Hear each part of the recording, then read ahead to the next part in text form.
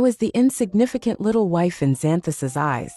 Even when my foster father forced us to get a marriage license, he refused to comply.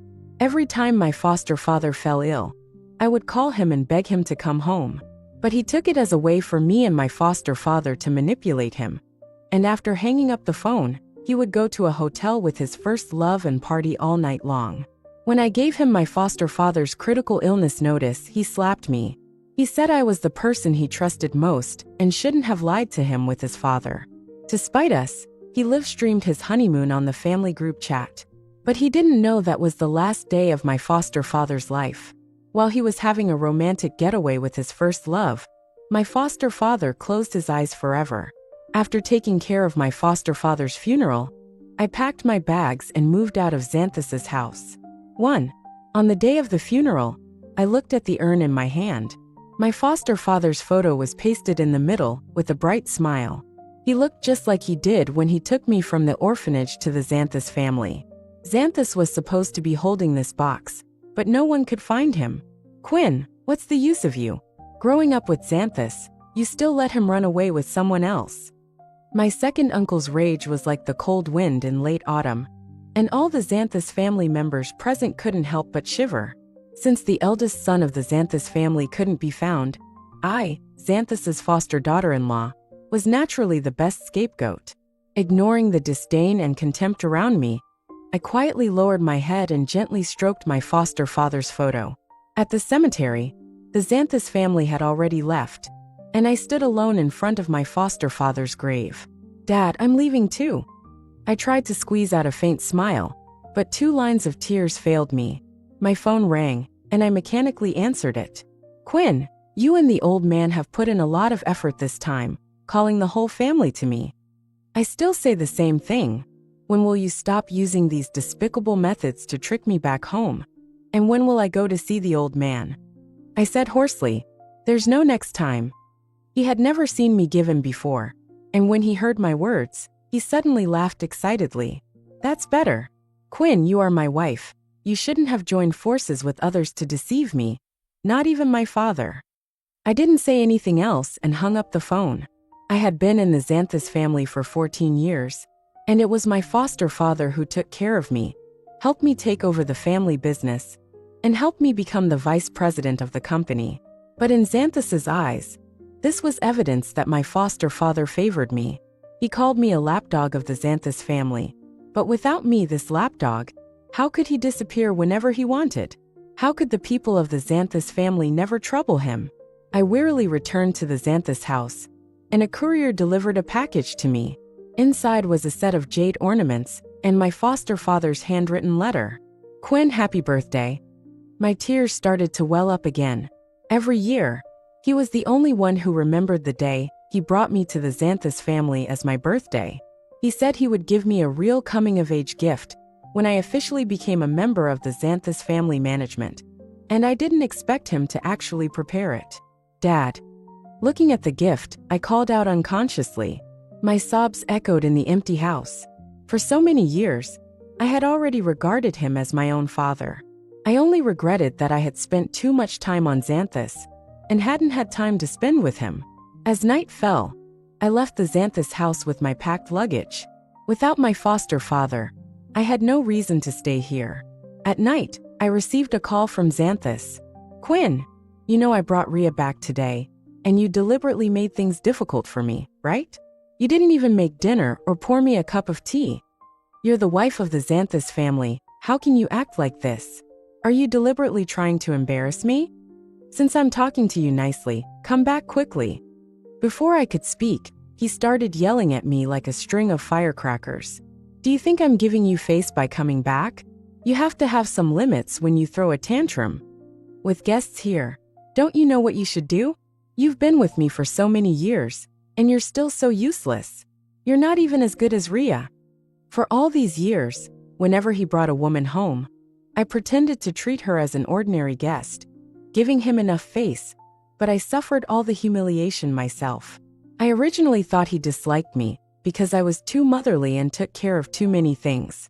But now I understand that he was just enjoying my efforts, and he did everything he could to step on me to show his status. I interrupted him gently. Xanthus, I'm not your maid. He was stunned for a moment on the other end of the phone. I hung up the phone directly. 2. I installed a smart camera in Xanthus's house to take care of my foster father.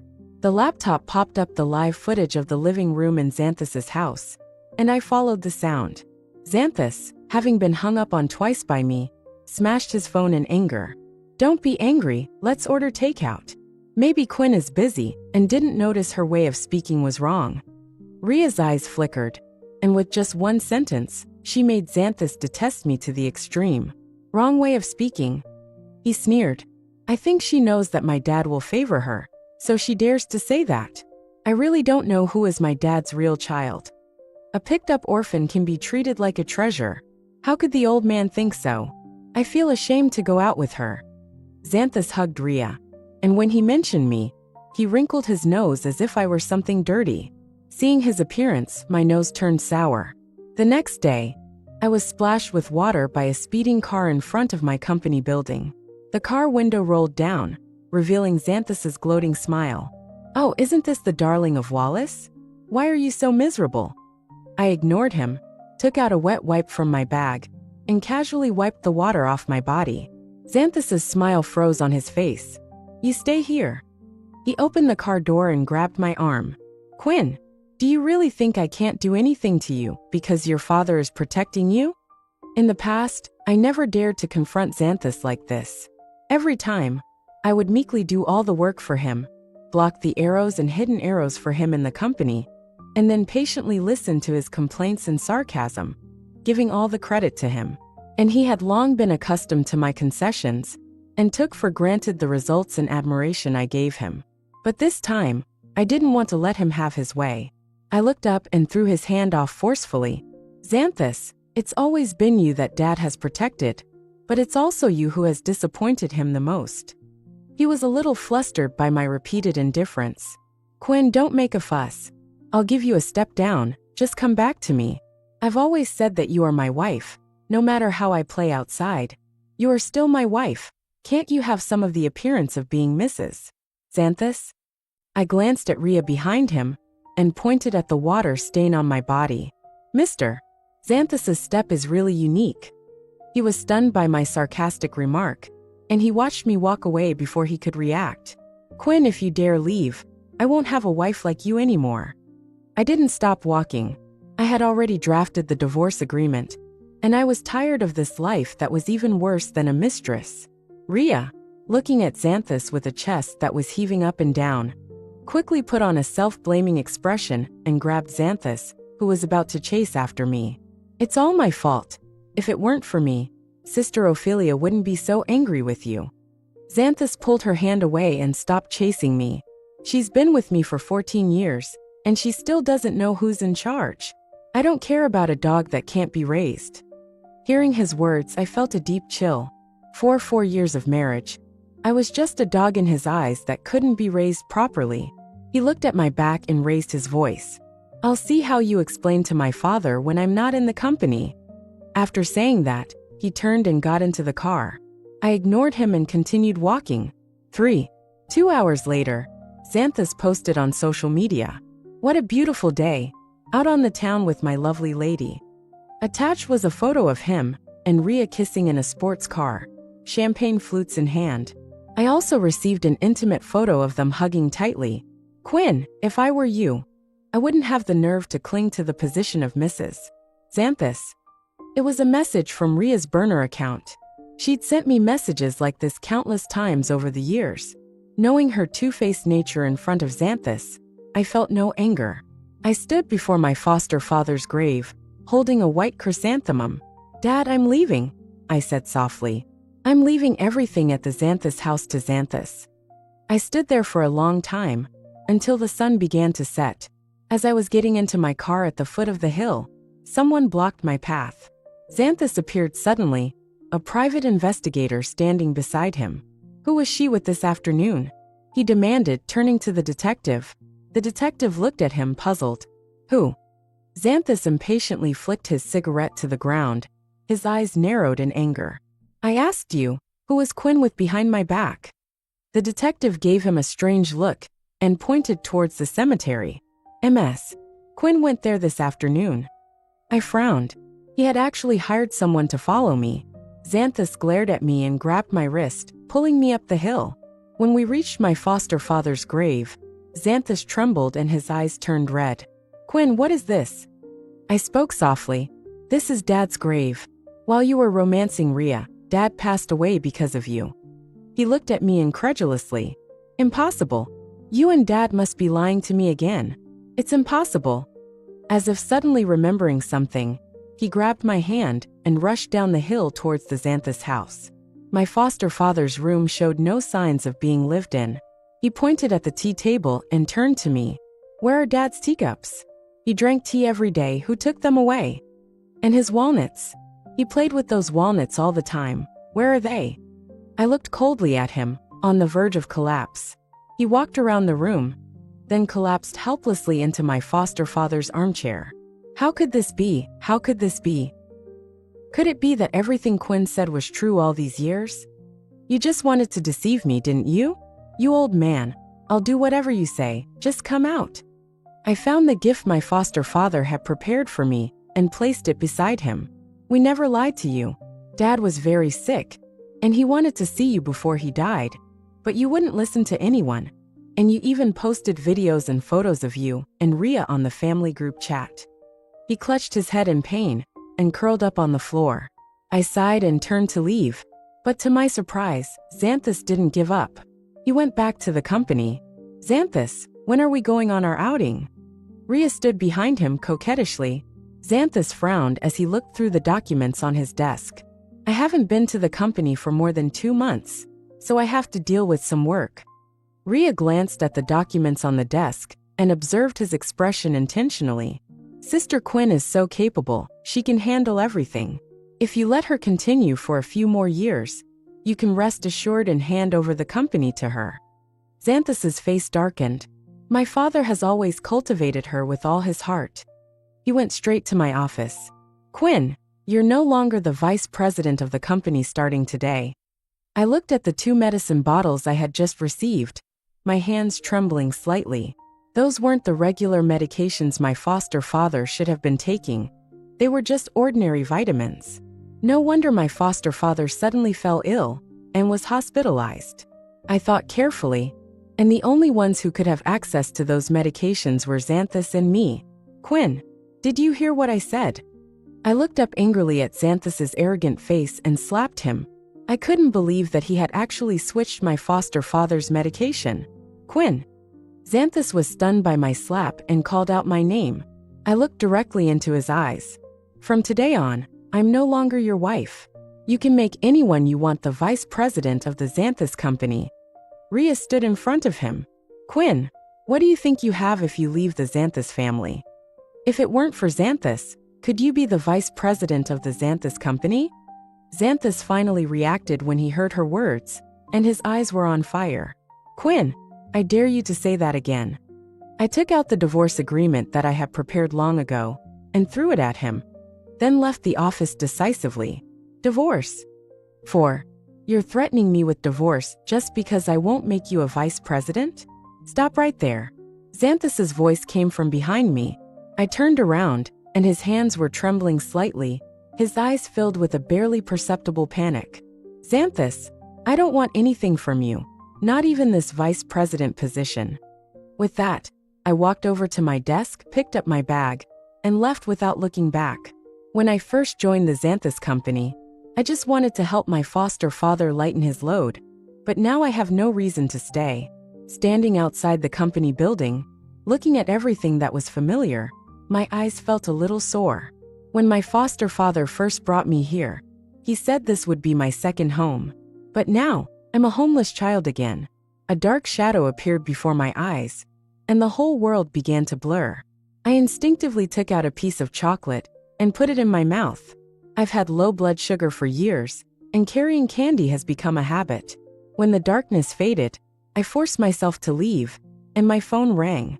Quinn, the first shareholder meeting after Dad's passing is tomorrow. Don't be late. There was a hint of plea in the voice on the other end of the phone, and I hummed in response. It was good. Even if I had nothing to do with the Xanthus family in the future, I should still do something for my foster father.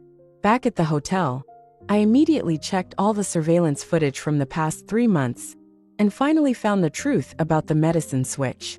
2 months ago, Xanthus was so drunk that Rhea and a strange man helped him back to the Xanthus house.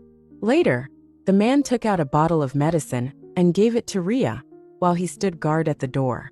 Rhea went into my foster father's room, and when she came out, the medicine was gone. Looking at the date in the corner, I gripped the water cup tighter. That day was Xanthus's birthday. My foster father had booked a family banquet at a 5-star hotel, and we didn't go home until 2 in the morning. And that gave Rhea the opportunity to harm my foster father. I immediately contacted my friends and asked them to help me investigate Rhea and the man in the surveillance footage. To my surprise, they were a married couple, and even more absurdly, her husband was wanted for fraud. After carefully reviewing their information, I contacted the victim of the fraud.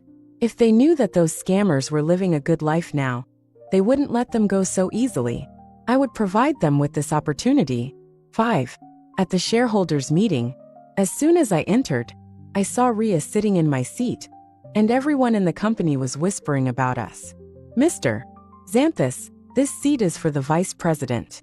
It's one thing to bring this woman to a shareholders meeting, but what does it mean to have her sit here?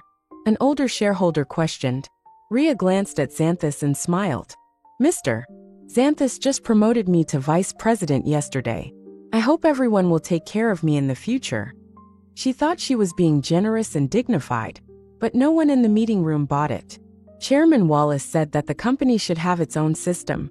We recognize ability, not relationships. Rhea's face turned pale at these words, and she tugged at Xanthus's sleeve pitifully.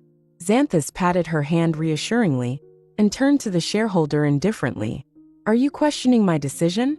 After all, I am the heir of the Xanthus family, and I would never joke about the Xanthus family company. Rhea graduated from Stanford and has experience working on Wall Street. She will definitely do a better job as vice president than Quinn. The one who is truly incompetent is Quinn, and now that I've divorced her, she has no right to sit in this position. Hearing him say this, the shareholder smiled awkwardly. I didn't realize Miss Rhea had such abilities. Rhea smiled happily. Well, you're all my seniors, and I still need to continue to work hard. With that, she sat up straight next to Xanthus, looking at everyone with arrogance in her eyes. I sneered inwardly. A Stanford graduate? A Wall Street elite? She probably hasn't even left the country. I didn't look at her, but quietly sat in a corner, waiting for the show to begin. Xanthus noticed my actions and deliberately put his arm around Rhea's waist, looking very intimate. I closed my eyes and pretended not to see anything.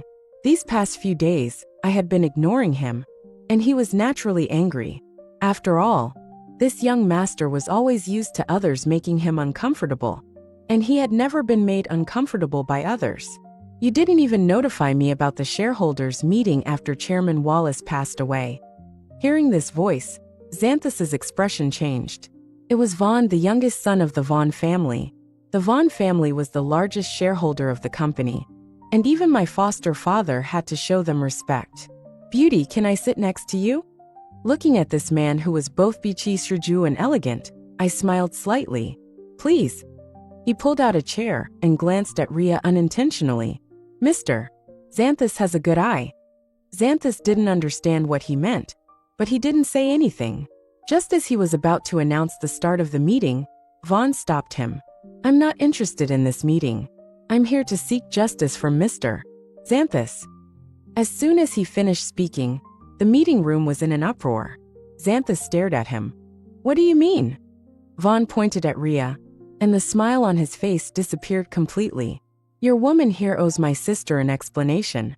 6. What does he mean? Xanthus looked at Rhea, his brow furrowed. Rhea glanced at him blankly and quickly explained. Xanthus, I've never seen this person before. I've been with you every day. How could I have time to meet others? Vaughn snapped his fingers, and his assistant, who had come with him, immediately distributed the documents he had brought.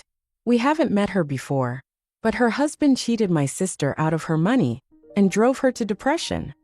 Mr. Xanthus, how do you explain this? Xanthus's face turned as black as a pot. He snatched a document and began to read. Rhea. Hearing his angry shout, Rhea quickly got up and took the document he threw at her. The more she read, the more frightened she became, and her hands trembled so much she could barely hold the papers. Vaughn sneered at her sight. This woman is not the overseas returnee and wealthy heiress she claims to be. She and her husband are both Chertocherwe de Panzak. 5 years ago, her husband pretended to be a high-ranking official's son to approach my sister. Later, my friends discovered his true identity. He cheated my family out of millions, and then went on the run. My sister went to find her, but she was pushed down the stairs by her, and became a vegetable, and she hasn't woken up since. The meeting room was dead silent, only the sound of Xanthus's clenched fists cracking. No. No. Xanthus, listen to me. Rhea called out to Xanthus without confidence, but he kicked her away when she tried to approach him. Get away from me, you bitch. Everyone in the meeting room had seen her files, and they all looked at her with disgust. Several shareholders took the opportunity to attack Xanthus. Mr. Xanthus, how could you let such a person be the vice president? Are you worthy of Chairman Wallace? You're messing up your own private life, and you're angering your father. Now you want her to ruin the Xanthus family company? On what basis do you lead the Xanthus family company? Hearing the questioning around him, Xanthus smashed a cup. The loud crash brought a brief silence to the meeting room. My personal matters with this woman have nothing to do with the company. I won't let her appear here again, and I will give everyone an explanation. With that, he took out his phone and was about to call the police. Rhea hugged his leg, tears streaming down her face. Xanthus, please don't call the police, I'll be ruined. Xanthus called for security and had her dragged out to wait for the police. Mr. Vaughn, you and your sister can handle this matter yourselves. I won't get involved. Vaughn looked at him playfully. Not involved. Mr. Xanthus is so generous. 7. Xanthus frowned, forcing down his anger. She broke the law, and she should pay for her actions. Besides, we have nothing between us. Vaughn nudged my arm. You didn't tell him about Chairman Wallace? Xanthus looked at us, a sudden panic in his eyes. He pulled me away from Vaughn. Quinn is my wife, and I hope Mr. Vaughn will respect that. If you need money, I'm willing to contribute on behalf of the Xanthus family. Vaughn laughed as if looking at a fool. Xanthus, do you really think everyone is as shallow as you? Rhea switched your father's medication, which is why he fell ill. You didn't even pursue that, and you're still romancing her? Xanthus took a half step back, his body stiff, unable to believe his ears. What did you say? Vaughn pointed at me with his chin. Your own son cares less about you than your adopted daughter. If I were Chairman Wallace, I'd be so angry I'd come back from the dead. Xanthus turned to look at me. I took out the surveillance footage from my phone. As he watched, his eyes reddened, and he took several involuntary steps back. Impossible. He turned around and rushed towards Rhea, ignoring everything else. You bitch! Why did you hurt my father? The police, who had just arrived, immediately stopped him, and the meeting room was in chaos. Seeing that everything had been revealed, I handed the evidence to the police. In the meeting room behind me, the shareholders were asking questions one after another. Mr. Xanthus, if this gets out, the company's stock price will definitely plummet. What are you going to do? With your actions, you even managed to kill Chairman Wallace. How can we trust you to lead the Xanthus family company? The Xanthus family company doesn't belong to you alone. We demand a new chairman to be elected. Xanthus would have to face these questions sooner or later, and I wasn't willing to help him anymore. I gradually walked away from the whirlpool behind me, and only when I stood in the sunlight did my body slowly warm up. Looking at the jade bracelet on my wrist, the Wuritra and Yi I had been feeling for so many days finally burst out, and my tears flowed uncontrollably.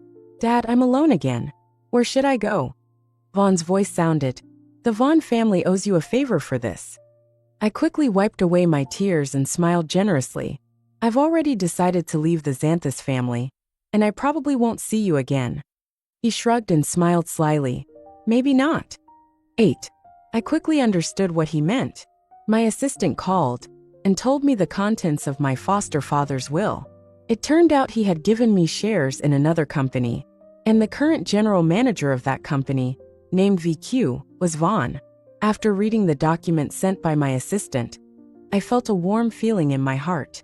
Uncle Wallace said that Xanthus made you suffer a lot. If you want, you can come to work at VQ anytime, and Uncle Wallace will support you. He took a step towards me, and I looked up at the tissue he handed me. Don't cry. Uncle Wallace really treated you like his own daughter. You're not alone anymore. I wiped my tears, only to realize that I had been crying for a long time. On my first day at work, Xanthus's second uncle found out somehow. Quinn, no matter what, you're still the daughter-in-law of the Xanthus family.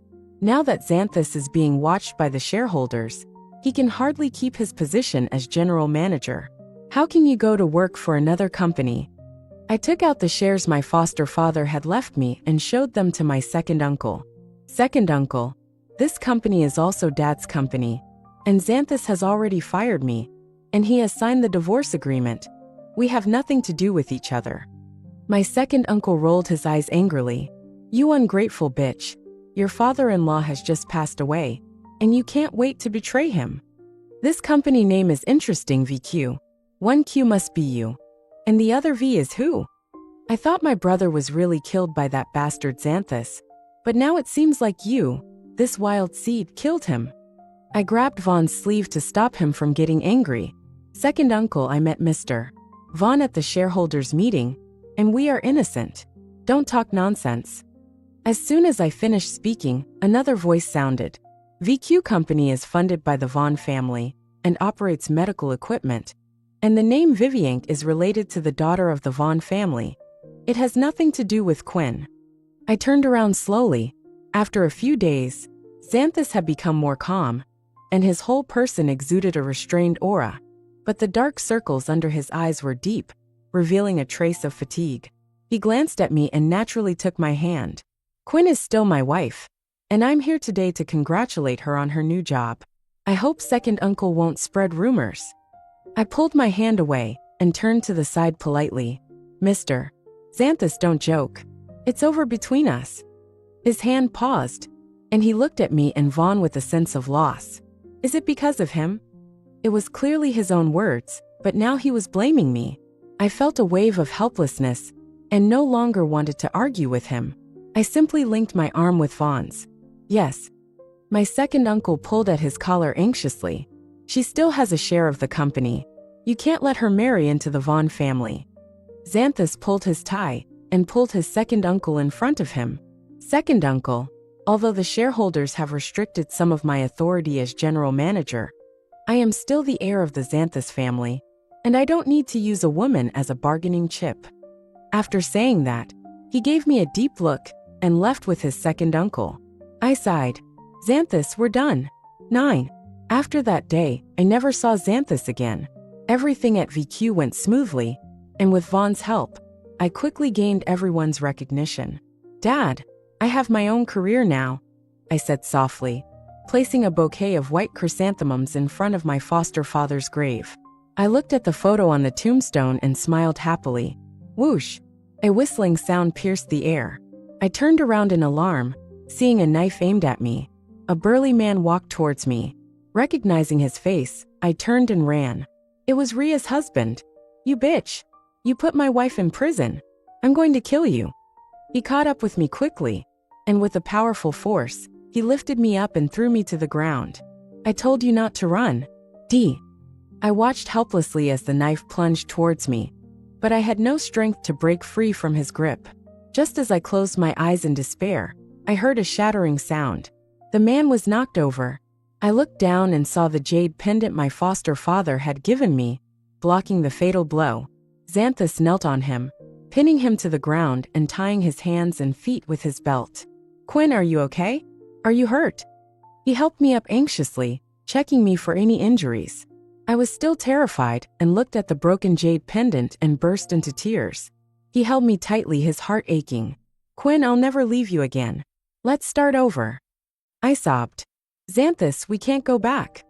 He didn't say anything else, but a tear rolled down his cheek. He walked me back to my residence, and stopped me suddenly. "Quinn." I turned around confused. He smiled at me, just like the first time we met. "Be happy, okay?" Before I could reply, he disappeared into the street. My nose felt sour. This was really the last time. Vaughn appeared and blocked my view. "He's gone now." I sniffed. "I know." He sighed and handed me a bouquet of peonies. "Just look at the people around you." I looked at him in surprise, but noticed his ears were red, and even his neck was slowly turning red. I smiled and took the flowers, turning to go home. "I'll see how you do."